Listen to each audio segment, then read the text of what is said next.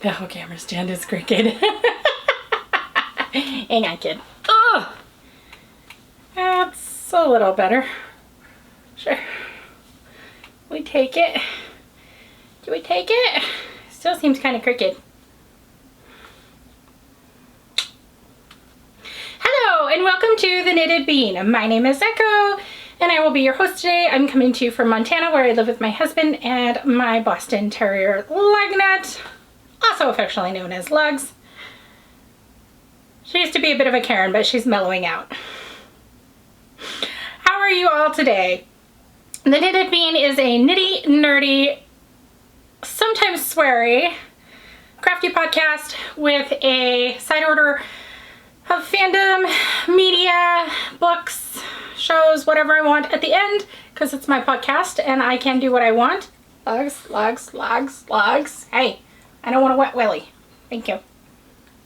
Be good. Don't snorkel in my ear.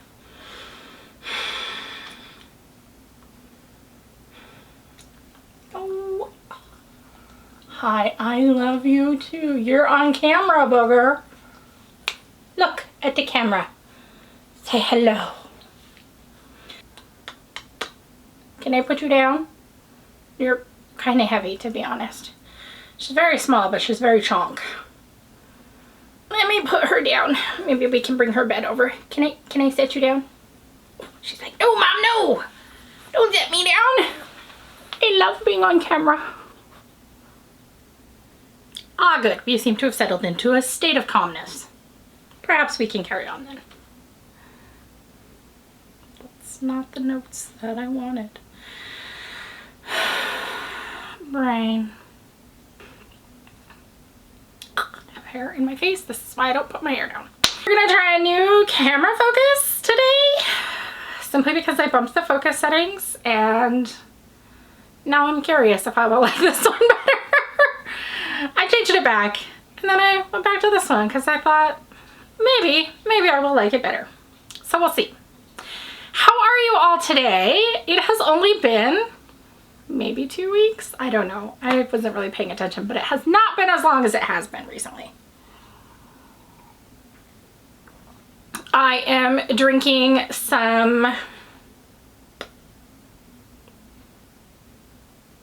peach Sarah green tea from Lake Missoula Tea Company, which is, as you all know, my favorite tea company that I got for my birthday from my friend, along with a bunch of other teas that I have been dutifully enjoying.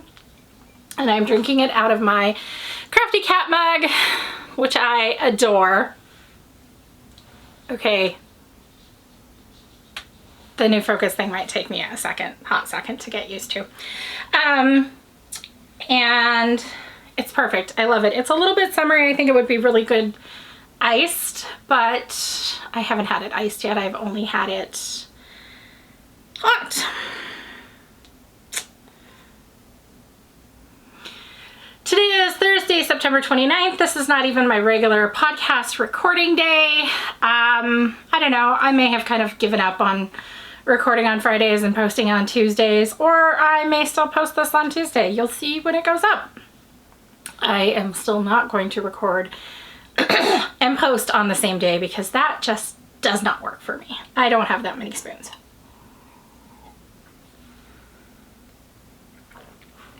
It is a lovely fall day outside. It is like 82 degrees, which is a little bit warm for fall, but I'll deal with it. Which is like, I don't know. It's a little under 30 Celsius, like 28, 29. It has been cooler, which my joints have been perfectly happy to tell me about. But the last 2 days have been a bit warmer, which, again, whatever, I'll deal with it. I'm sure it's gonna be cold again though, because my hips are killing me.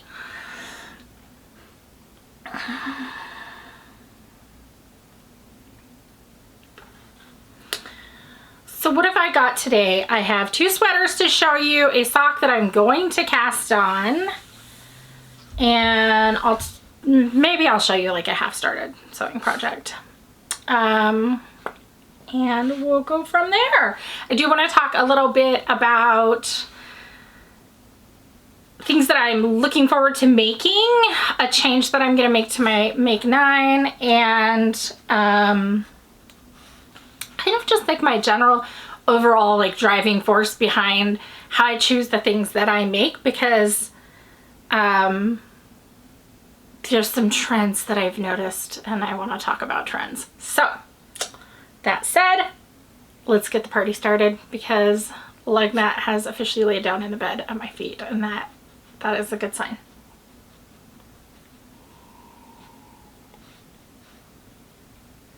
No. If you're looking for me on the internet, you can find me on Instagram and Ravelry as Lordy Mighty God. Okay.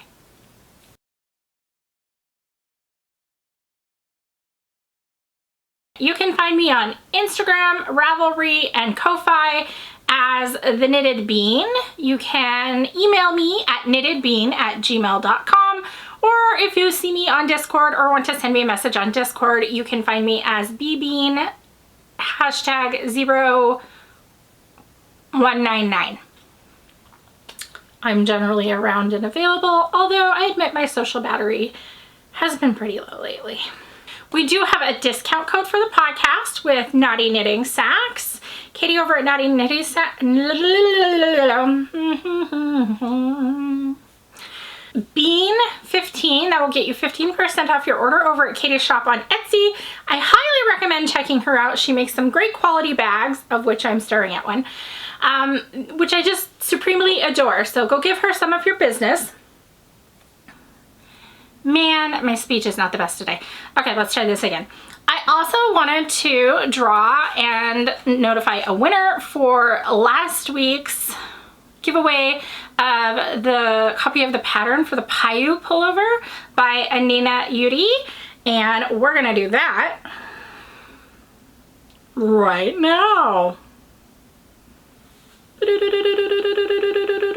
Okay, we have a winner. So Rebecca, you know what? We're just gonna pop it up here in a picture. Rebecca Miller is the winner. I love the color you made your pullover with. It gives cozy fall vibes while we're still melting down here in the southern states. I'm so sorry the last 6 weeks have been hard for you. I feel like the assholes that seem to place conditions on who they care about or who they think matter. Oh, I feel you on. Gotcha. So, Rebecca, if you could send me a message either on Instagram or email me at knittedbean@gmail.com, that would be great, and we will get you that pattern. Okay. I think that's it for the administration stuff, which seems to be what is tongue-tying me specifically today. So, I really don't have very much life stuff, you guys. As usual, I've been to speech therapy and I've been to the doctor. Jack shit has changed, so. Other than that, not much has happened. It is definitely getting into fall, and I have all the fall sweater knitting vibes. I currently want to knit like 4 sweaters, and I keep telling myself like, no, you have 2 things on the needles that are large garments. You need to like ratchet it down just a little. But I have a bunch that I want to cast on, and I'm really having to rein myself in, especially because we're getting towards the holiday season, and I do have some holiday knitting plans that I'd like to do, just the typical socks and stuff, and I can bang those out really quick, but it's hard for me to bang those out really quick if I have like 4 sweaters that I'm also concurrently knitting and wanting to work on instead. So I just need to behave, don't cast everything on. So far I've only succeeded about halfway. Other than that, really nothing exciting has happened. I I want to first and foremost thank everybody for like the huge outpouring of support that I got after my last video, you know, just about everything that's been going on in my life, whether it's social things or emotional things or whatever. Like, it just was really nice to know that what I've always believed is true, which is that the community on the internet is extremely welcoming, and my people are all over on the internet, and I am glad for that and having that. And I'm happy to be there with you guys. So just know that you're all welcome here, and it made my day or my week. It helped a lot. So that said, let's cruise right into what I'm wearing. I am wearing the Ellie and Mac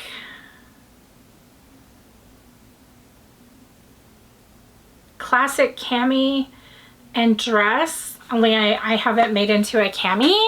I think I showed it on the last podcast. It's just like a regular old classic cami. I did a crisscross back in the back just because I felt like it. And it's made out of a Art Gallery Fabrics, like rayon that I got at the Confident Stitch in Missoula, which I really like. Both the store and the fabric, and I absolutely would buy Art Gallery Fabric rayons. Like, I would snap those up again and again because they're like $15 a yard, and this has got to be like my favorite fabric that I've knit with so far. It's a little bit slinky, but not too bad. It's not like as bad as the rayon crepe that I made my citrus shirt out of. This is a rayon, I think it's a rayon Shelly. I don't know. Don't even try and get my brain to work on that one right now. It's a little bit see-through, but not so see-through that it actually shows as see-through, which is ideal. And then I also am wearing, and I don't even think you can see them, but we'll put it up to the side, my dino pants, which are in this super thick stretch polyester from Mood Fabrics. So that's that. I have worn the schnit out of my sweaters in the last couple of weeks before it got to be 80 again. I've been wearing like my Paiute and my diaphanous and my V-back and my the tee, the striped tee. I can't remember what it's called, you guys. I'm looking right at it. What's this tee called? We've all made it. I'll put it on the screen because I can't think of it. It's by Tanis.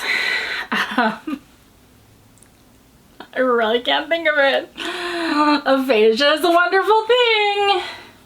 It's right on the tip of my tongue. Anyway, so I've been wearing those and my lapis just a ton because it's that perfect fall weather where I can wear short sleeve sweaters inside and out, and it's great.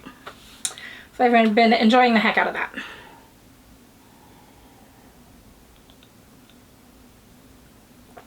So much. So speaking of sweaters and speaking of what I'm wearing, I wanted to talk just a little bit about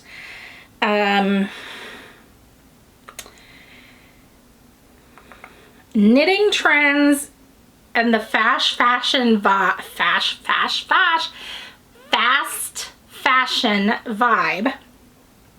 is what I have written in my notes.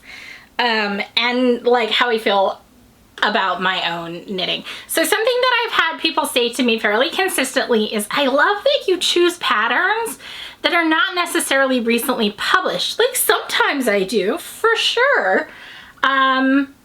you know, I feel like that lapis, I jumped on that and started knitting that, I don't know, within a couple of weeks of it being released. And I laughed because then as I was watching podcasts, I saw other really big name podcasters being like, oh, this great pattern came out and I'm gonna knit it and it's so great. And then I stopped knitting for 3 months, and I came back 3 months later and they were like, yeah, I've kind of lost interest and I'm, you know, maybe or maybe not, or, oh, I love it and I finished it and now I'm wearing it. And I just thought, man, in 3 months, people have gone from like, this is the pattern that I have to knit, to either I'm done with it and I've moved on to the next pattern, or I never finished it because another next pattern came. And I think, I also knit a hat by Hohi when it was like right out of the box, but those are some of like the only ones that I've knit like when it's still on the hot new fresh page, right? And I definitely knit some popular patterns like the tee, whose name eludes me at the moment. The V-back tee is very popular. I knit popular designers. Hohi is an extremely popular designer, and Jessie Maid is a very popular designer, and Vera Valimaki is a popular designer, and I love Hohi and Vera both. But and Tanis is a popular designer, but I also knit things from like people who this is their first garment or their second garment, or the project only has like 20 makes, which, so something that I'm really looking forward to making is I want to make the blueberry pie sweater, and I'm going to use this Illimani Amelie yarn for that. I now realize that I'm gonna have to buy a few more skeins, and that's okay because it is a commercial yarn, so I don't think it'll be too noticeable. But because that was not my original intent, I was originally gonna make a Felix. But I looked at that the other day, and you know, that sweater only has like 23 makes, and that's not abnormal for me. I'm not really big on knitting things that only have 1 or 2 makes. I definitely had a bad experience with the pentacle cap that way for my friend who really wanted it, and it only had like 6 makes, and I made it and I was like, I see why. I am a little in regret that I paid for this pattern. It feels more like a free pattern. And I even had looked at the 6 makes and thought, you know, out of these 6, only 1 looks like it came out the way the designers did. But if there's 10 and 9 of them look like the designers, or if there's 20 and 15 of them or 12 of them look like the designers, I'm pretty comfortable that, you know, the ones that didn't look like the designers, can I identify why? Is it because the person who knit it chose to sub a yarn, and maybe that yarn sub didn't match up in a way that I can identify? Oh, they were subbing DK for fingering. Oh, they were subbing, you know, llama, etc. for rustic wool. One is much more body than the other. Then no, it's not gonna look the same. And so maybe they're very happy with how it looked, and that's okay, because I've definitely made that sub choice myself. But that explains why it didn't look like the designer wanted it to look. I'm very comfortable knitting those things that just have only a few projects, and I kind of like doing that. I don't want to follow the herd.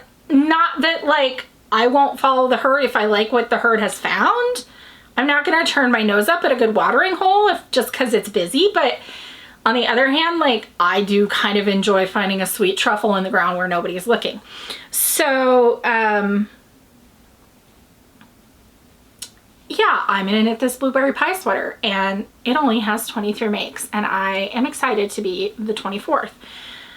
On the other hand, you're gonna see I totally fell down on a project that's very much what I would call a knitting trend, okay? What I don't love is the idea that there's always something new, and oh, I'm gonna miss out if I don't start that new project right now when everybody else is starting it, and then I won't want to knit it anymore because everybody else isn't knitting it. And that is not to say that if that is how you knit, that's a bad thing.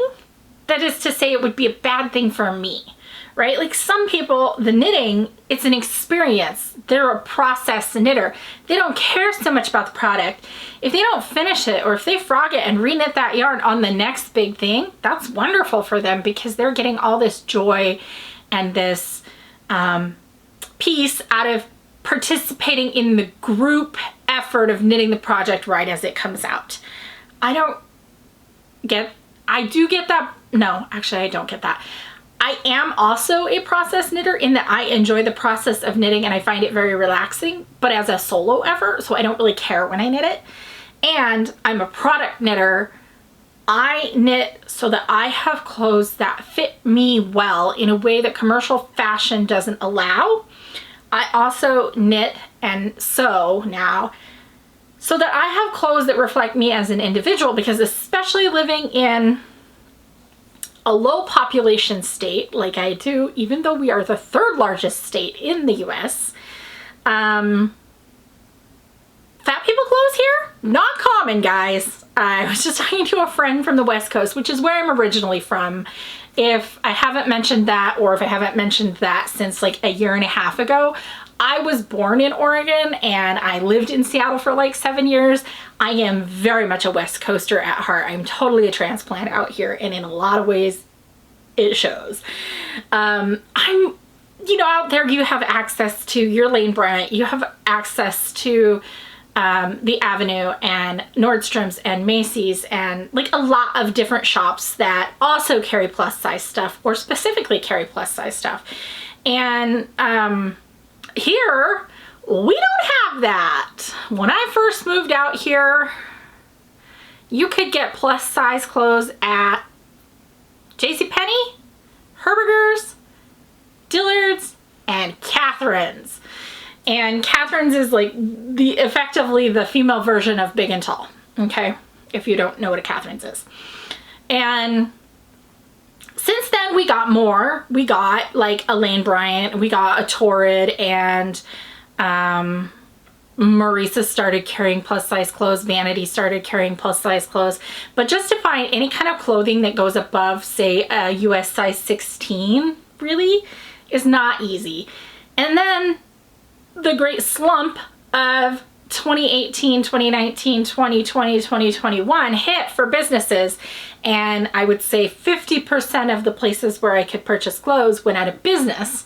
And they're like, oh, you can still purchase from us online. That's great. I can't try it on, and I have no idea whether your 2X online is going to look like a garbage bag on me, or whether in turn it's actually going to be something that fits my early 20s niece who's really more like an extra large or a large. Because I've definitely ordered something online and got it and gone, well, I could turn it into a very small shopping bag. Luckily, me and her don't have that far off in taste, and so she was totally able to turn it into some gym clothes. That said, everybody in town who's above a size 16 is wearing the same clothes from the same 4 stores. You can go to Walmart, you can go to Target, you can go to JCPenney's, you can go to Dillard's. And I think Vanity is still in business, and you can go to Marisa's, and that's it. Like, that's all of your, that's a grand total of your plus size shopping experience in Montana. Unless you want to drive at least 3 hours, and then there's one more store. There's a Macy's. So I don't want to look like everybody else. And 2 of those stores, you know, a couple of them skew very young. I don't want to look like a teenager. And a couple of them skew very old. I also don't want to look like a grandma. I already feel like a grandma in my body because I can't walk and I can't lift and I can't breathe half the time. I don't need to look like one too. And I want to find like my own fashion, and I want that to be reflective of me. And so knitting especially, and also now sewing since it's so hot in the summer, and also because pants are important. You get in trouble if you don't wear pants. Is a way for me to access fashion that is unique and that fits. I'm short, you guys. I'm like 5'3", and somebody's sleepy. And a lot of the stores that I go into for plus size, they are like, oh, so you're like 5'8", you know, like all the pants are really tall. And I'm like, actually, not only am I 5'3", I have a normal to long size torso and really short legs. So when I go buy pants, I go, Maurice's has an extra short length, and that's the one that I buy. My actual inseam, like for long pants, full length, is like 25. It's very short. So it's just as helpful for me to be able to be me and dress in a way where my cuffs are not always dragging on the ground, even though I bought the shorts. And in keeping with that, I don't enjoy fast fashion, right? This shine and all of these things that even if I did fit into the things that came from them, I would not want to buy them because A, they're made cheaply. They're going to have a hole or a tear, or they're going to lose a seam in like 3 months, and then they're essentially garbage. Yes, you could mend them, but ultimately they lost the seam, they had the hole, etc., because they're made out of such cheap fabrics with such cheap components. And so I don't want to buy those things because I don't enjoy being a part of that buy and toss consumerism. And so I also don't want to be a part, excuse me, I also don't want to be a part of that make and stash consumerism for sewing or knitting. Meaning, like, if I make an object, I want to make it to wear it. And if I can't wear it on a regular basis because it doesn't match the rest of my wardrobe, it doesn't fit my personality, it doesn't fit my body, it doesn't fit my climate, then it's not useful to me. I don't want to make it. Sometimes I really love the aesthetic and the construction of an object and I really want to make it anyway. And that is where gift knitting comes in, because I'm like, you know what? I really want to make a lace weight shawl, which will never ever suit me as a person or my climate in general. So I'm gonna make it and I'm gonna gift it, and I have. But I try to choose things based on how they're gonna fit into my wardrobe and what kind of sweaters do I like to wear, right? What kind of shawls do I like to wear? If you were to go through all of my shawls, you would find they're not large. So I always talk about how I love a schlanket in theory. Like, I would love a schlanket to go on the back of my couch. I would love a schlanket to wrap up in. But the reality is, I've never wrapped up in a schlanket. I have probably 15 throw blankets running around my house. I'm never wrapped up in one. They're laying over my feet because my feet are the only cold part of my body and I'm constantly having a hot flash. However, when I go outside, I have lung problems and I have a really hard time breathing with cold air. It instantly triggers bronchospasm for me. So all of my shawls that you see are very small, almost cowl size, can be tied into a cowl, or are longer but shorter in depth and can be worn like a scarf to cover my face. I have cowls and I love the cowls. And as much as I might look at and adore some of the really big schlankets, and this is going to come into play later, they're just not for me. And so I'm not making them, and I don't make them. And so everybody's like, are you going to participate in the Stephen West make along, blah, blah, blah, blah, blah. And while I think it's really cool because I think he does teach a lot of interesting and new techniques, and I think he does a really good job at teaching them in small videos, you know, things like welts or whatever, I could also just go watch the video and learn how to do it. I don't need to make a big schlanket that I'm not going to use. So I don't have that FOMO that people are like, well, I'm not going to participate in it. Oh, yes, I am. I don't want to miss out. I don't have FOMO in that way. And it's certainly not because I don't have enough yarn to do so. I have a lot of sweaters and I have cardigans because those are what I wear and what I enjoy. And then, you know, when I stepped back into sewing, I specifically focused on very slinky, like, top fabrics because I can wear sweaters and things like that when it's cold or slightly chilly like right now, and then I need things like this for when it's ragingly hot, 40 degrees, 100 degrees outside, and I just can't handle it. Also, the whole reason that I went back into sewing was because I wanted bottoms that would match my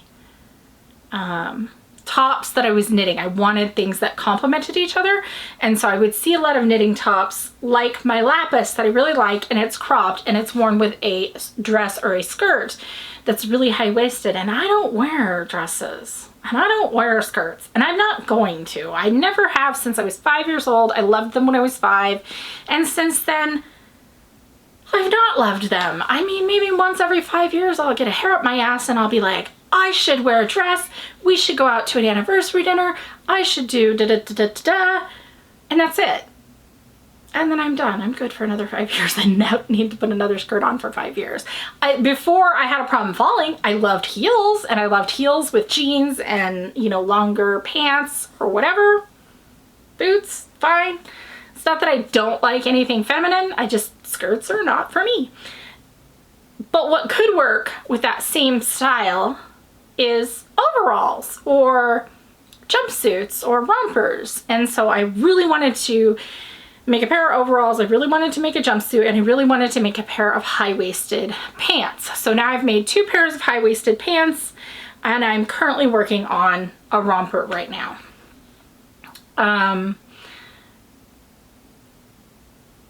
Just like forcing my fashion to fit me, and not so much like knitting is slow. How are there knitting trends? I mean, I know there are knitting trends because I watch them. I've seen like the ruffle. The ruffle has been a trend, right? And it like, oh, everything has a ruffle, and then no, not everything has a ruffle. And then what was another one lately that I saw where I was just like, that's just absolutely a trend. Oh, the folded over collar. That's what it was. Like, so we went all this time with just regular collars, and then in the spans of a couple of months, everybody's like, oh, this pattern has a folded over collar, which is really nice. And I swear to God, 3 out of every 7 or 8 patterns right now has a folded over collar. And not that it doesn't look nice, I really like it. I like a folded over brim on a hat. I like a folded over collar on a sweater sometimes. But like, it comes and goes in a wave, right? And do I need to make all of my sweaters with a folded over collar right now because it's what's in style right now? No. I will make a sweater with a folded over collar if I feel like it fits that particular piece of knitwear, and in 5 years when I'm wearing it, if it will still look good on it. Because 5 years from now, I would like to have the same pieces.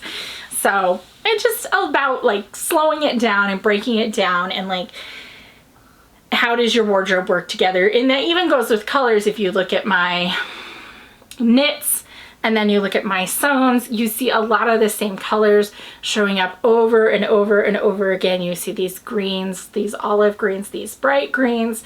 You see browns, you see oranges, purples, maroons,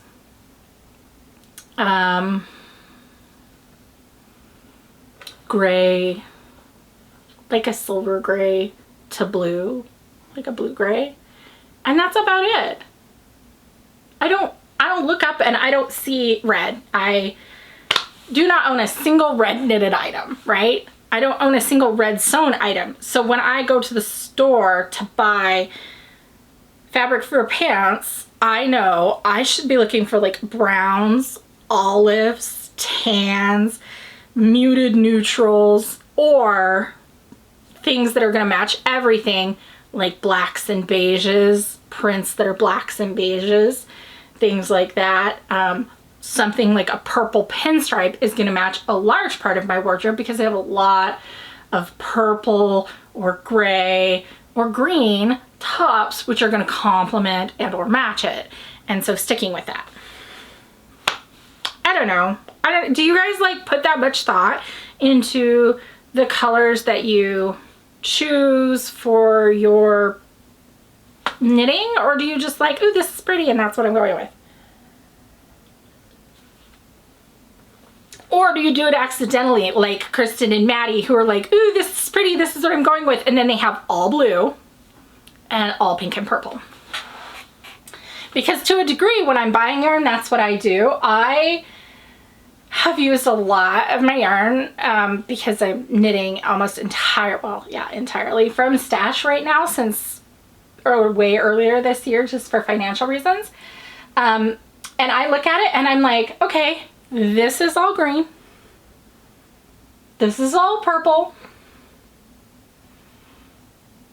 This is all green and gray. And it's only because, like, as I pull out single skeins and I make gift knits out of them, what is left is the stuff that I intend to use for myself, which literally just like automatically falls into a category that looks a lot like this. Right? And I actually have 2 skeins of red in here, which I've never used. One of them is about to be made into a gift knit. And I think to myself, why did I buy these 2 skeins of red? Well, I can tell you, for one, because I really wanted to try Neighborhood Fiber Co. and this was on sale. And for 2, because I really like Sheepy Shire, and I really liked the way the colors in this one went together. Even though it wasn't something I would ever wear, I 100% bought this with the intention of eventually making gift socks out of it, which is what it's gonna be. And so, like, I just have an aesthetic by accident. So that's like my big thoughts on like knitting trends and making to fit your wardrobe versus making just to be making. You know, I look at the things that I order for yarn and I look at the things that I order for cloth, and they're just so homogenous. Not in a bad way, not homogenous, harmonious. They go with each other. It's not all one color, but all the colors go with each other. And you can always look into a stash and see something that just stands out because either I picked it up at a yard sale or something and I thought it's just too good of a deal to pass up, and I can use it to make a gift or to make like a muslin or something like that, versus is that intended for me? So if you find hot pink in my stash, you know it's not intended for me. That's my thoughts. What do you guys think? Like, why do you knit your own clothes? Why, if you sew, why do you sew your own clothes? It's interesting for me.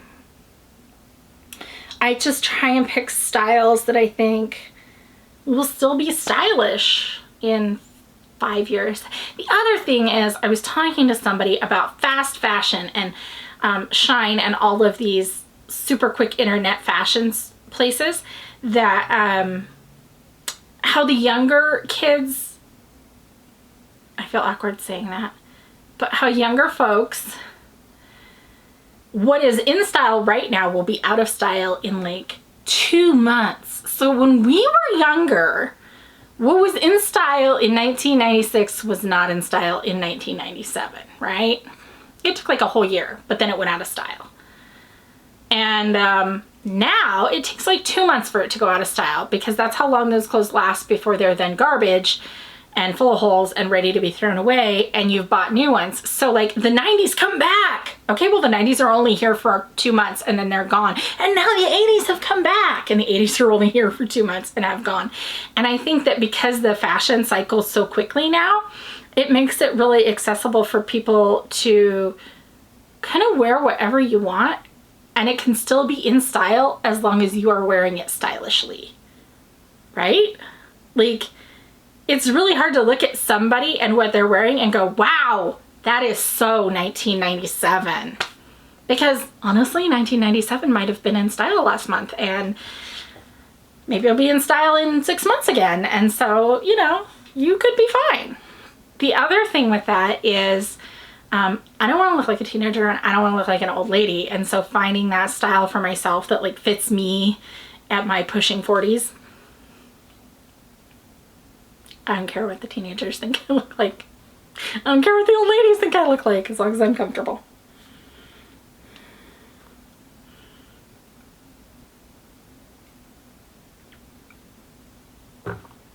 Oh my God, you guys, that was a really long-winded rant. I hope you weren't bored. Okay, so moving on. I don't have any FOs because it's only been a couple of weeks and I've only been working on big projects. So nothing to show there. What I do have though are whips.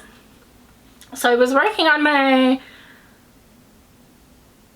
Susurrus.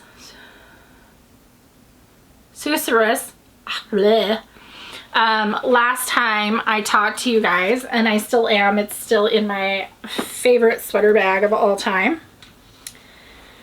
And it is actually attached to no yarn right now.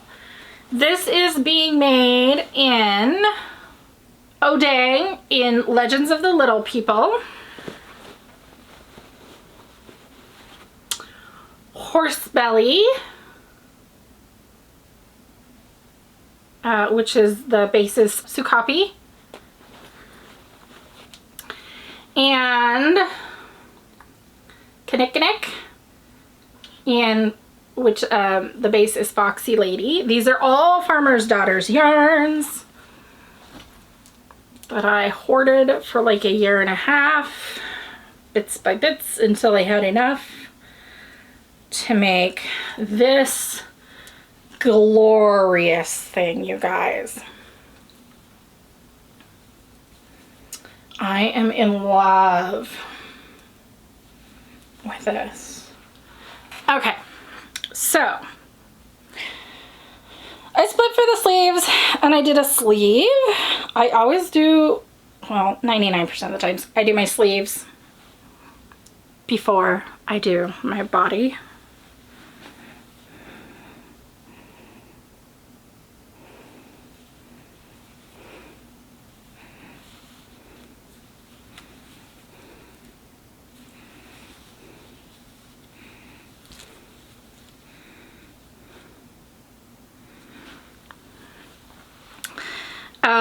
Because I don't like to flop a big ass sweater, and since I'm a big ass girl, it would be a huge sweater. This thing is like a warm fluffy cloud. Not too hot, but perfect. And I think I may never knit with mohair again. It's just always gonna be cereal alpaca.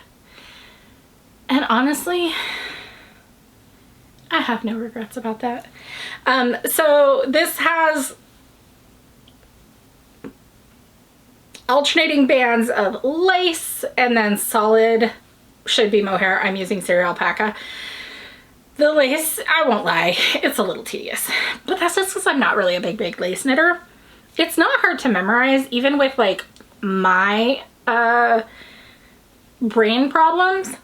When I say it's not hard to memorize, I mean it's an 8 repeat and there's 15 rows of lace per. So have I fucked it up and had to tink back 400 stitches of lace at least once or twice because my brain has issues? Yes, I sure have. But also it's only an 8 repeat. So I mean, if you don't have major brain problems, I'm sure it's really easy. Also, even with major brain problems, it's totally doable, but it does get a little bit tedious. So I'm gonna set this aside probably for a week or so and work on something else. Now that I've finished a sleeve, I did try it on. It's a little oversized, which is not a bad thing. I'm hoping that it grows lengthwise versus wise. Just because I want to see the lace open up that way, you know? I want the lace to open up like this instead of like this. And also, because I really like how oversized it is right now, is like perfect. I don't usually go for oversized, but I did on this. I think this is like 5 inches of positive views or something like that from its 57 or something like that, which is more than I would normally do, unless it's like intended to be super duper like the lapis. One thing I will say is in the pictures it looked a lot like a 3/4 sleeve, which I love 3/4 sleeve, and on me it is definitely not a 3/4 sleeve. It's like bracelet length, which is fine. Will definitely push my sleeves up a little bit. I guess I could have gotten rid of this last lace repeat and just moved this up, but I didn't think that I would love the way that it looked as much. So whatevs, it's fine. It is what it is. I think that this will be one where the sleeves will push up really nicely and it won't look funny because the sleeves have a very slow, gentle taper and then a tight thing. And I'm just stupendously happy with this. My husband has been referring to this as my life-changing sweater, life-altering sweater, because I've wanted it for so long and I've saved so much to buy the specific yarn for it and all of the, and I just, and last time you guys saw it, it was where this purple pom-pom from Crafty Knitter 7 is, and didn't have a sleeve. And now I bought, this is upcycled jewelry into stitch markers and a progress keeper that I got from Aquila at a Lefty Knitter. And I'll show you, it was a stitch, excuse me, it was a progress keeper, and I think it came with 7 stitch markers. Oh, I freaking love it. It's so good, and it matches the sweater so good. Really, it matches like the majority of my stuff so good because we both have a absolute love for all things green, and so it matches really good. Anyway, so that is my susurrus. I always want to mispronounce it. The aphasia does not help with that. So I think I'll give it a break for like a week and then I'll go do the other sleeve. Part of the reason that I'm a little tiny bit burnt on it is because I do my sleeves on short circulars, which is like I do an 8 with my 4-inch needle tips on it for the majority of it, and then I usually switch to a 9-inch from there down, like just a plain 9-inch, not a interchangeable or anything like that, because I don't have the blue shorty set and I don't own any 12-inch ones. And it was just, I got down here and I did the first set of decreases and it was fine, and then when I went to do the second set of decreases I knew I would need to go down. I own every single 9-inch circular from ChowGru with the exception of 3. I don't own a 2. I own a 2.5, and a 1.5, and a 1. I don't own a 2. I don't own a 5. And I don't own, maybe it's just those 2. Maybe it's just a 2 and a 5. And I needed a 5 for this. And so I had to switch to DPNs because I am not a magic looper. I'm not good at magic loop. It slows me down tremendously, even with a long 40 or 50-inch cable. I just am not good at it. I don't get ladders or anything. I just am so slow at it that I'm actually way faster on DPNs. So I switched to DPNs to do the last lace and that last 15 rows of lace just took me forever, like a whole day. And it was so annoying. And it wasn't because I was going slow. It was just because I'm like, DPNs did 2 rows, set it down. DPNs did 2 rows, set it down. I really, really, really need, want, wish, crave a blue shorty circular set. Or even like the shorties from the Luca. I think it's Luca actually. I just need a shorty set. I don't have a shorty set. I have a complete Chow Goose set, and then I filled in the missing gaps, like a 1.5 and a 3. And then I have a lot of fixed needles in the small circumference, the 9s, but I don't have a shorties interchangeable. I don't have anything 12-inch. And when I get to the bottoms of the sleeves, sometimes that really holds me back. And normally it's not too big of a deal because the sleeve is just stockinette. But in this case, when it was lace and it was mohair, I was like, it's like knitting cement. I hate it. So I'm gonna give myself a break before I launch into another week of knitting cement. Okay, so that's my Susurrus by Joji Locatelli. It's in some issue of Pom Pom. I don't remember which one. It is still not available individually, so you do have to buy the whole Pom Pom. It's like 13 pounds, British pounds, or something like that. I don't remember. I think it was about 15 American dollars. I just bought the digital copy. I will probably not knit anything else out of it because I didn't like anything else in that issue enough to want to add it to my wardrobe. And that's that. Now, after my whole big long rant on not following fast knitting trends, I 100% fell down flat on my face into a Rhinebeck sweater, even though I'm not going to Rhinebeck, you guys.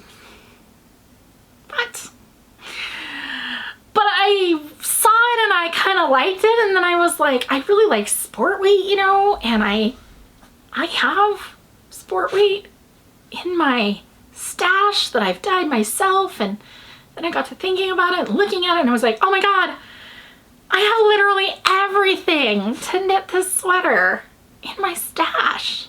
I don't have to buy anything except for the pattern. And I just had like $8 left over in my Venmo, because that happens, like my PayPal or my Venmo, I'll have like $8 or $10 left in there from something, and I just tend to leave it there and forget about it. And I was like, look, I can even just like buy the pattern out of my Venmo, and it's not even like money that I've spent, and I don't need to buy or do anything. I can just make the pattern. It'll be great. And I've never made a yoked sweater, and I don't have any colorwork sweaters, and I just think it would be a nice addition. So right around in this giant tote that my mother-in-law got me, I think from Joann's a couple of Christmases ago, because this is the only other fat girl sweater size bag I have besides the one that I love, is my Alpenglow. Or Alpenglow 1, because Alpenglow 2 is the, quote, like more masculine version. Oh, it smells good too. I washed and blocked the top. So I was going to make and steek the Winter Garden sweater, and I was going to make it into a cardigan, and I was going to add pockets. And that is what I was going to do with this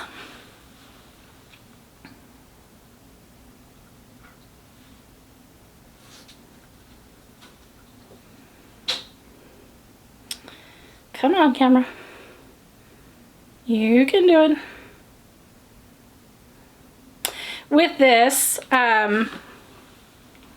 Flugstoff farm yarn from Germany that dye muled to Amsterdam for me, that my husband helped me dye with marigold and indigo in the garage. And I debated it for a little bit, and I talked to Di, and I was like, you know, is that what I really want to do with it? I mean, I do really want another cardigan, and I really want to steek something. I want to try steeking something. But I could make this sweater if I just decided to. I mean, I have other yarn, like this stuff that Benta sent me that is from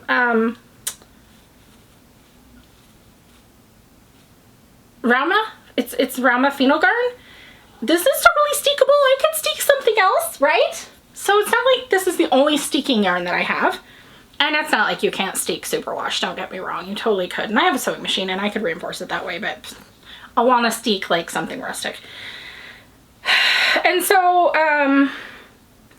yeah, I was like, if I just gave up that, I could have this sweater. And in the end, I decided like I would rather give that up and I would rather have this sweater.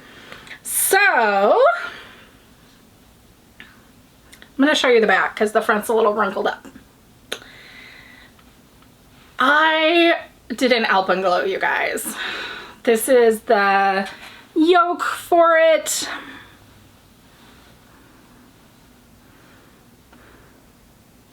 That right there is quite true to color. Okay, every yarn in this is special, you guys. So this blue right here, this is from the Wool Barrow. This is lace weight held double.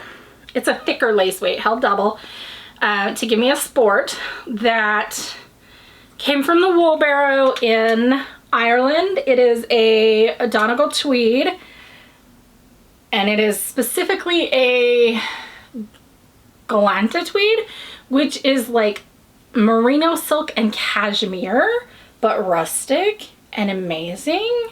And I had originally planned on making a tank top out of it, and I just couldn't. I was going to design my own, and I just didn't have the brain space for it. So I doubled it up and put it in here, and I love it. It's like my deep pop of color to contrast. This floof right here with all these wonderful colors is like every color that lives in my stash. And it's what ties this entire sweater together. This is the colorway Echo by Arctic Crafts by Benta. She dyed this specifically based on what my favorite colors were, which is why it matches everything in my stash and ties it all together. She just was having a lack of creativity moment one night and was like, hey, what are your favorite colors? I need some inspiration. And I gave them to her, and this is what she came up with. And it's Syria alpaca, and like I said, I'm never knitting with mohair again. Obviously, the green is the Fuchshaft that I dyed that was milled over to Amsterdam from Germany, and I love it. This color work yarn, this is all the hand spun. Let me pull it out and show it to you. This is the hand spun that I got from Liz at the Yarn Waffle podcast, Liz Ward Crafts. And I have 2 skeins. I think I'm probably only going to need one, or I might just barely break into the other one. The other one is similar colorage, but just a little more grays and a little less greens. So it's still gonna like go perfectly. And this is what I'm using in place of the ultra expensive, what's that stuff called? Spin cycle.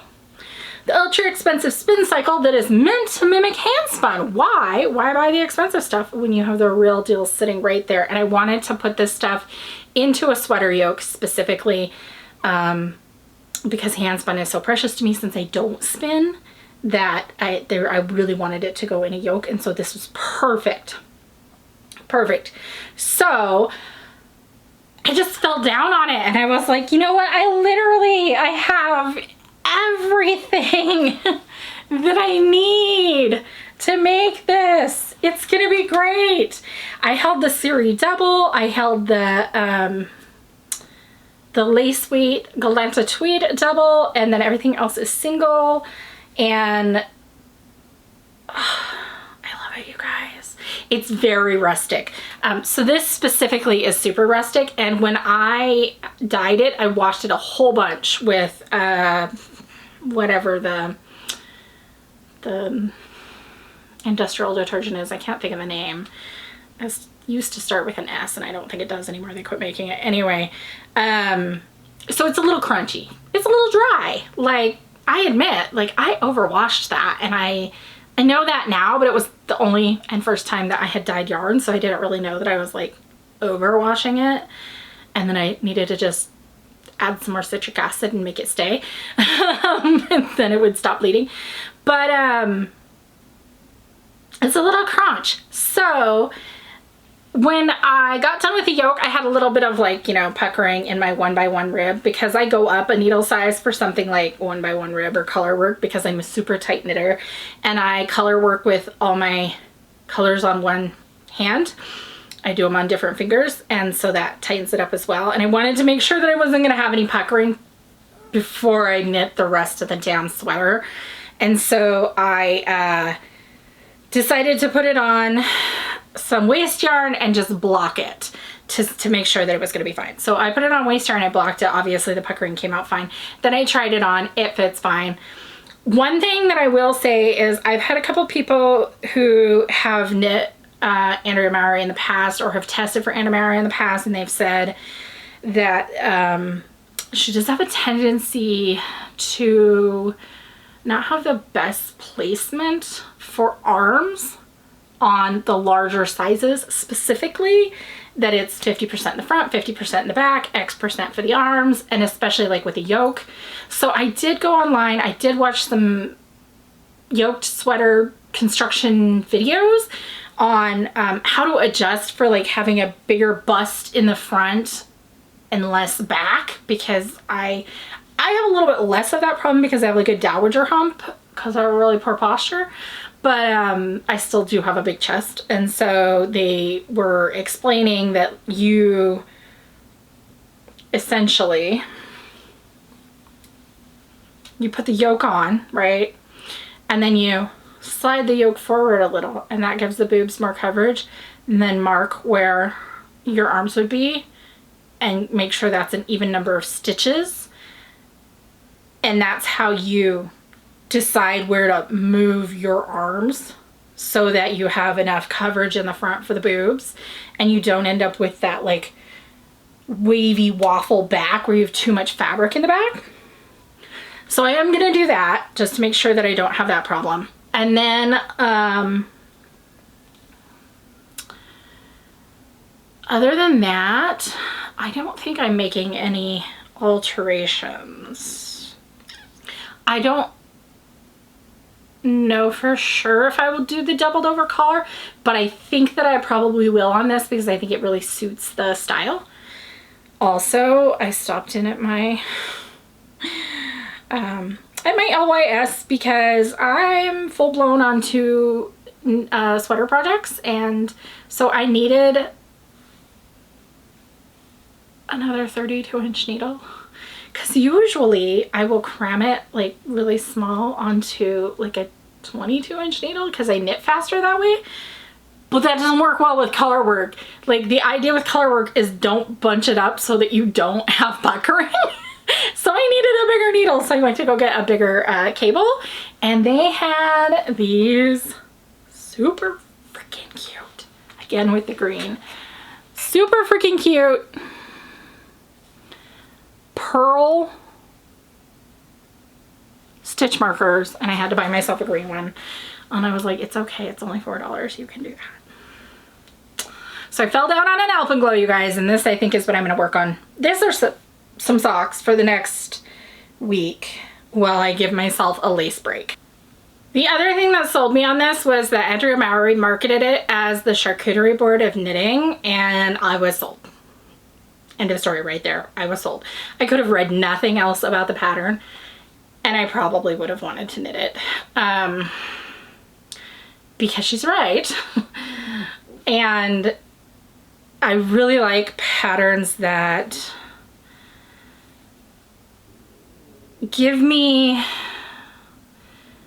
either miles of stockinette and a tiny bit of interest, or especially like with shawls, things that have me bouncing around a lot between like section this, section that, section, you know, type of stitch, and that's what this is.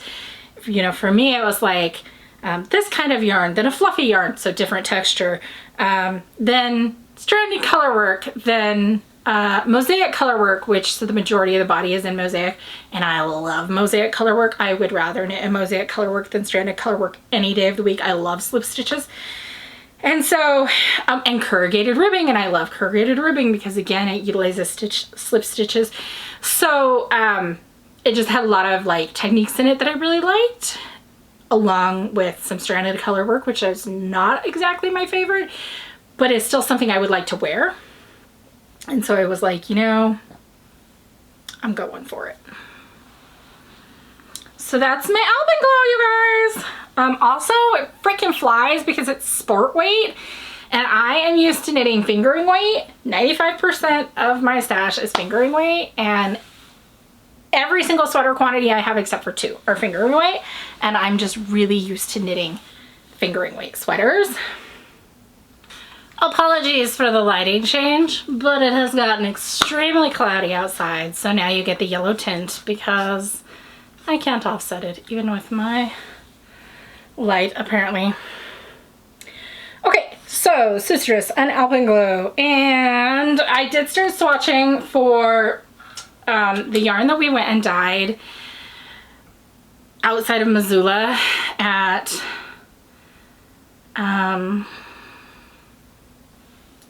frick, brain, help me out here. Oh, come on, brain. Mountain Colors. God, I don't know what's wrong with my brain. The yarn that we went and dyed at Mountain Colors, and my friend dyed this stuff, which is just glorious, although not particularly accurate now. That's better. Okay.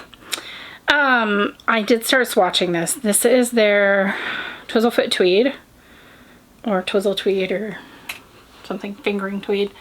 Anyway, I started swatching this.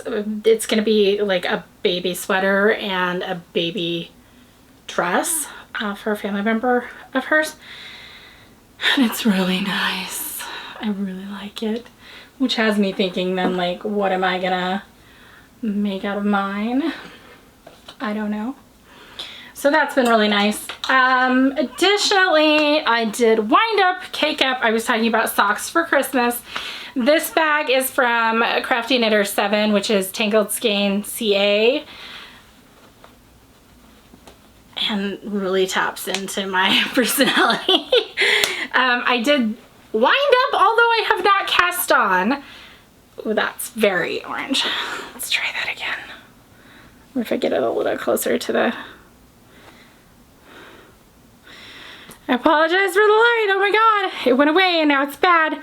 This is actually Arctic Sunset from Binte at Arctic Crafts. Maybe that's a little better. That's not too bad. Right there. This is gonna be some Christmas or birthday, because they're only a couple weeks apart, socks for my husband, because this is non-superwash. This is the Corriedale? Yeah, 80/20 Corriedale. Non-superwash, and his feet are always cold, and so he wanted to try some non-superwash because it's be a bit warmer. So this I need to have started by the time the next podcast rolls around. Other than that, I still have 2 other socks on the needles, which I've pulled out of the bags. I'm ready to get going on them again, but I'm a little bit eaten up by sweaters at the moment. And then my light's gonna come back.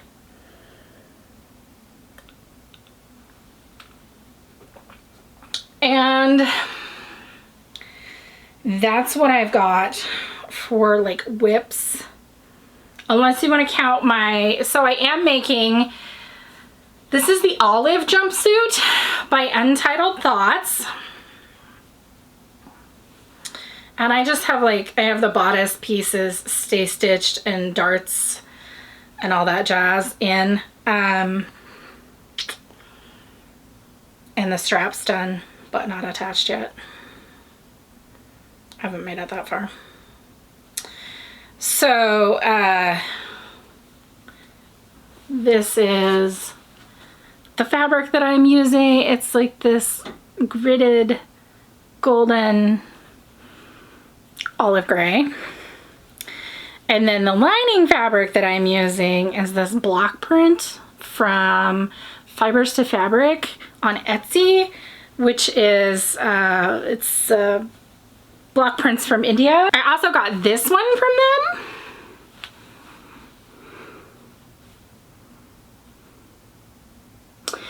Which I just got a yard of, I think. And I'm probably going to use this for the lining as well on the inside of my other olive. So this is the romper that I'm making, and then I want to make an olive jumpsuit, long-legged with the tapered legs. And so I will also need a yard of lining for that. And so that is what this is gonna be. I really want to make that out of some Robert Kaufman yarn dyed Essex linen. It's like a cotton linen blend in the color espresso, which is kind of like, I settled on it because it's as close to the fabric that I really wanted, which is no longer available off of Mood, which was a two-tone brown black linen yarn dyed that was also really expensive. It was like $30 a yard, which is just way out of my budget. You know, the Kaufman yarn dyed Essex linen is like between $10 and $15 a yard. It's much cheaper. And I need like 4 yards. So hopefully at some point I can swing that. At the very latest, I did tell my husband I want it for Christmas, so maybe I'll get it for Christmas. So I have all the pieces cut out for that. That's actually probably what I'm going to work on after I get done with this. I wanted to get the romper done while it was still in the like 60s, 70s, and 80s, and I could wear it with some of my knit tops before it gets too cold. And then hopefully I can make the long leg version for when it's colder. So that's my only other work in progress. And I really like that jumper slash romper pattern. If you're looking for like a jumpsuit pattern that has a good size range, I highly recommend it. I love the pattern. She will pretty much hold your hand through the vast majority of things. She has a lot of tutorials, video tutorials. She has a sew along for all the versions. And she has a really cheeky attitude about it, and I really love it. You know, like on your materials that you need list, she says make sure that you have coffee, tea, or a mimosa, and snacks, and your favorite podcasts. And you know, in things to remember, she lists the 3-foot rule or the 10-foot riding by on a horse rule, which I'm always bringing up when knitting. So it's very lighthearted and like a please remember to be kind to yourself when you're sewing. You're not a machine, and it doesn't have to come out looking exactly like it would from the store. That's the whole freaking point. You're making it yourself. So I love that, and it makes me smile when I sit down to sew on it. And I really appreciate that, and I would totally make things from Untitled Thoughts again, simply based on that attitude. And two, the size range is really good. I'm making a GF, so a G top graded to an F bottom, and I think F is the largest size bottom, but I'm 60 inch-ish, 59 to 61 hip. I'm a 60-inch hip, which is pretty large. Not the largest, obviously, but I mean, it's not small. I come across a lot of plus size patterns. They're like, we're plus size, we have an extended size range, and then their hips stop at 54, and I'm like, really? That's like a half a foot away from the size of my ass. Thanks, guys. Yes, I know I could grade it up. No, I don't want to. No, I'm not going to buy it just for that. So yeah, pretty much. Okay, I would do some acquisitions here, but I think I only have one thing to show, that I didn't already show. I showed you all the cool stitch markers that I got, and that's really the only thing that I have bought myself. And then I have, where did it go? Buried in, oh, there it is. Buried in my pile because I've been digging through my stash a lot lately. Aquila also sent me Shalimar yarns. You guys, is this not literally just the colors that I was talking about, how they exist in my stash? It's so freaking nice. And also, it smells really good, and I don't know, is that just your patchouli that you have going on all the time, Aquila, or is that what she washes it in? It's so good. Anyway, it's called Skyline Drive, and this is a 75% merino, 15% cashmere, 10% silk. It's 420 yards, and there is no way that this is not getting turned into something that's going on my face. So I was thinking a cowl, and then I was thinking a shawl, and then I also have some Foxy Lady in not horse belly, but another, woo, God, everything's flying. Another one of their beiges. Elk Antler. Okay. Which is a single with silk. And I'm like, oh yeah, those two match really good. So I want to make, where'd it go? Where'd it go? It's called Good Vibes by, I really apologize ahead of time,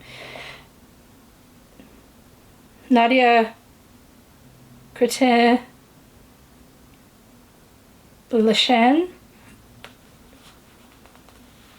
I apologize, I'll put it down below. Really bad with French, you guys know that.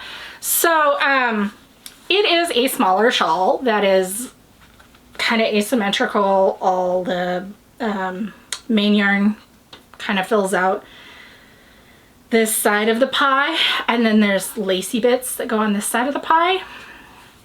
Yeah, that's what that's gonna be. I can tell you that right now. So I want to make that out of that. That's the only other acquisition that I have. And then, aside from acquisitions, I wanted to talk a little bit about things that I'm either dying to knit or sew soon, because I said I had cast-on-itis. I really do, you guys. Okay, so for one, I really want to knit that blueberry pie sweater in the big funky yarn. And I also really want to knit a Recalibrate by Shayna Cohen, or Shayna Lines Designs. It's crazy different construction, and you guys know way back, if you've been here a long time, I was making a thing I called the Eskel shawl, and it was I forget the name of the shawl because my brain's not that good, but it's this big old huge shawl, and you know what, like I just said, I don't really wear big old blankets, so, and the yarn is so good. It was custom dyed for me by Aiden from Undercover Otter in colors based off my favorite video game character, and I have 2 skeins of the red, and I have 2 skeins of the gray, and 2 or 1 skein of this, like, it's an Odim colorway that's like this gold. And so I think I'm gonna frog that shawl and make a Recalibrate out of it. It'll be a very like spring fall top because it's gonna be thin silky fingering weight, but I think it's gonna be perfect. And then another thing is that I want to change something off of my Make 9. So one of the things on my Make 9 was that I wanted to make a So Faded by Andrea Mowry, and I was going to use all this Forbidden Fiber Co that I have in this sparkle. And it was going to be this just super cool fade. Beige to green, guys. You know how I feel. Although it's sparkly and I've never had a sparkly sweater. We'll see how that goes. Everybody loves the So Faded. And I do like it. But I also think I'm not as excited about it as a lot of people are. And I really like Joji Locatelli's sweaters. They fit me really good. And I might be falling into that trap of like, you knit all the same designer because you're very comfortable with them and you know they fit you well. But I think I want to knit a Joji Spectre instead, which is another faded sweater, but it's a different construction. And I think that's what I'm going to do. So I'm going to change that. It's still going to be a faded sweater, but it's not going to be a So Faded raglan. It's going to be the Spectre instead. And I know somebody who has a very similar body to me and they're like, I have a Spectre and I freaking love it. So I think that's what I'm going to do. So I'm changing that. And then I have a couple of sewing patterns that I'm dying to make that I really want to start acquiring the pattern, printing the pattern, getting the stuff for. One is the Otis overalls, which I've already talked about. I have the pattern printed. I need to get the fabric for it. It's going to be kind of expensive because I want to get like a micro canvas for it. And so that's kind of like off in Nether Neverland. It's, you know, kind of like my sweater was my life-changing sweater that I saved for, the Otis overalls or something that I'm going to save for. But something that I do really want to get going on soon is from Bootstrap Fashion. They have a shirt. It's called the Custom Fit Sewing Patterns Short Sleeve Shirt with Yoke, Short Sleeve Blouse with Yoke, excuse me. And I want to make it out of that blue, yellow, and whatever cloud fabric that I got. That's a cotton that's pretty stiff. I think that would look really good. It's going to have a collar and it will go great under some of my more cropped tops with the collar peeking out. And the cool thing about Bootstrap Fashions is that they don't have a size range. They have measurements within which they will fit you for. And so the measurements for the top for a chest are between 18 inches and 66 inches. You put in all of your measurements, your arm measurement, your upper bust, your under bust, your hip, your waist, your thigh, whatever. You put it all in. You can even adjust it and you can say, I have fuller arms than average, I have skinnier thighs than average, etc. And they tailor the pattern to you based on that. And then you purchase the pattern and they send you just that perfect pattern for that size. Okay, so I'm really interested to try that out and make a button-up collared shirt with that. Another thing that I came across the other day is the Sentosa tank, which is from Itch to Stitch, and it goes from sizes 00 to 40, which in UK sizing is 31 1/8 to 60-inch chest. And I will pop a picture up here. It's just this cool, super cool stacked asymmetrical pleat line that I really like. And I'm like, I need that. It looks interesting and I haven't seen it before. I don't even know what I would make it out of. I just need it. I want it. It would fit my wardrobe good. And maybe that's because it's purple, but I probably won't make it in purple. Probably. We'll see. Two other things that I'm really interested in making, aside from the pantsuit, are the Effie shorts by Seamwork. And they come in size 00 to 30, which is a 34 to a 64-inch hip. And they just have like a single button, and they kind of, not really remind me of tennis shorts, but kind of, I'll pop them up here. I just think they would be a really nice linen short. And finding shorts that are not freaking booty shorts like teenagers wear, but also come in my size and also don't cut off my thighs when I sit down is a real problem for me fashion-wise. So I like the flare of them. I'm like, I could probably sit in those. So I want to try those. And I actually have some linen that I could make those out of. I don't like the color and I'll just dye it. The other thing, which I think is going to be like my life-altering sewing project for after I've done the overalls and the jumpsuit and things like that. So way down the road is I want to make some jeans, you guys. I want to make a high-waisted pair of jeans, which I still haven't found the exact perfect pattern for. And I want to make some regular, like low-cut regular jeans like I used to have in the 90s.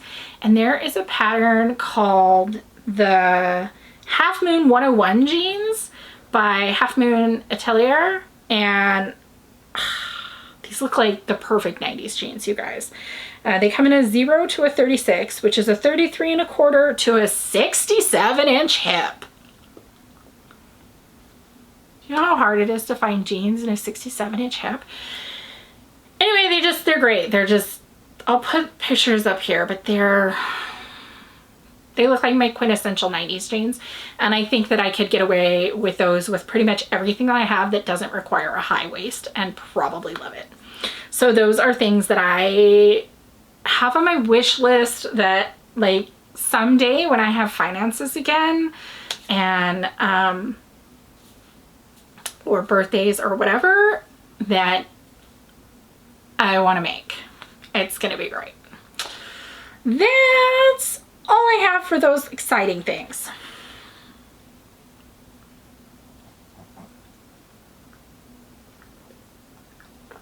I did manage to not catch up on my podcast. I didn't watch all the back episodes, but I did manage to like see most of the current episodes, and I'm now where I can like watch all the current episodes as they happen. So that's exciting. And I have picked up at least one new one, which is exciting, and I'll tell you about. And it's been nice to get back into that. I didn't watch any for like 3 whole months. Like I said, it was rough, but it's been nice to see like what other people are making and stuff. So the new one that I picked up is Barley Hops and Yarn. This is Jennifer, and I like her because she's snarky and she's chunky like me, and I like snarky and chunky. Not that you can't be snarky and skinny, but I like snarky and chunky and not afraid of being on camera. Like being human. Hi, I'm human. I have these things going on in my life, and you may or may not see me next week, or maybe you will. You know, like, yes, we are human. We are people. We have lives. We are not little Ken and Barbie dolls with our like perfectly coiffed plants behind us. Although I do have some really nicely coiffed plants down here, you guys. They're just out of frame. And she talks super fast, which I love. I know some people might not like that, but I love because it gives me big West Coast vibes of fast talkers. And I'm like, ah. She is a new yarn dyer, and she's just living her best life out there drinking beer and dyeing yarn. And she just put out a Peanuts collection, and I got lucky and I guessed that was what her collection was based off of, because I saw the little corner of a Woodstock hiding right down here, and I was like, I know what you're doing. So I sat and talked with her for a while, and I hope to be able to talk with her again. She just really seems cool, chill, down to earth, and that's you. I've said it millions of times. That's the kind of podcaster I like. So you guys should all go check out Jennifer over at Barley Hops and Yarn. You should check out her shop. I will link both below. She is on episode 3 right now, so you can go back and you can do a full rewatch, and it won't even take you that long. The other podcast that I want to talk about is one that I've talked about before on here, but I wanted to give a shout out because he hit some major milestones, and that is Michael from Piece for Piece Crafting. He's always hilarious, and I get a kick out of him, and he just hit like 2,500 subscribers and his 50th episode. And he's somebody who started very much around a similar time to me. Although, given that I'm only on episode 32, he's clearly a much more regular podcaster than I am. And I think you should go check him out as well if you don't already watch him. My guess is that you do, but maybe you don't. I suggested a podcast to somebody the other day that I thought everybody knew about, and they didn't. So also, speaking of that one, if you don't watch Dynamite Trujillo, you should. She does yarn dyeing and knitting, obviously, and crochet, but she also does these really cool book episodes where she reviews all the books that she's read in a month, and she has really similar book taste to me, and I have nabbed several good books off of her book review episodes. It's raining, you guys. I don't think you can hear it, but it's raining. And so you should definitely go check her out as well. Okay, last thing to wrap it up is books. Or fandom or whatever. So I totally watched Sandman, and I don't remember if I mentioned that last time, but it got me back in the mood for Neil Gaiman. And so I went on my Libby app and I checked out Trigger Warning, which is a book of short stories by Neil Gaiman. It's his third one, and it was one that I hadn't read. And guys, it like reignited my passion for Neil Gaiman, in that it has some like long form poems, and it has some short stories and some slightly longer short stories.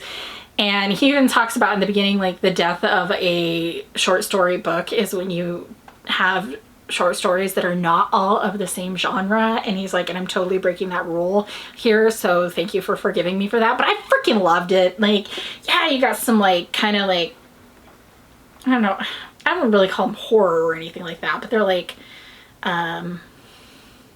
creepy vibe stories. You have like some creepy vibe stories, and you have like some existential thought stories and things like that, and it was just so good. And I love poetry a lot, and so the long form poems were just my favorite. Like my last landlady, I just loved that, loved it. And then also I think it's called The Man Who Forgot Ray Bradbury. First of all, I love Ray Bradbury, so there's that. Second of all, I have memory problems and aphasia, and something that I noticed through the book is that in his writing, Neil Gaiman actually has characters who can't remember words, who say, oh, what's that thing? What's that thing when it's like clean, but more nitpicky? And then the other character in dialogue will come back and be like, you mean prim, proper? And they're like, no, not prim, proper, like spotless, you know? And that process of the characters finding words, I was like, oh, it is so nice to see that written out, that like, maybe there are other people who like creative writing who struggle with word finding. And then the whole story of The Man Who Forgot Ray Bradbury has to do with the fact that for like a whole year, Neil Gaiman couldn't remember Ray Bradbury's name, even though he was a very influential writer to him. And it just made me feel so not alone in not being able to remember things, not being able to come up with words and things like that. And I was talking with friends about it, and so you should all go read Trigger Warning. If you have not read Trigger Warning, you can get it on your Libby app probably, or you could check it out, or you could buy it. I don't care. Just go check it out and let me know what you think about it. That's all I've got. I know it was a rather light on content episode, but I still had a lot to say. So if you're still here, thank you so much for hanging around, and I can't tell you enough how much you guys made my week brighter a couple of weeks ago. That said, if you enjoy this kind of video, please give me a like, a thumbs up, a subscribe, a comment, drop me a line, whatever you want to do. I enjoy hearing from you. Even if my social battery is a little low and I'm slow to get back to you, I still read all the comments. And I hope that you have a good morning, afternoon, evening, or night, wherever you're at, and that you're having a great time. I will see you in a few weeks or whenever I do. Bye.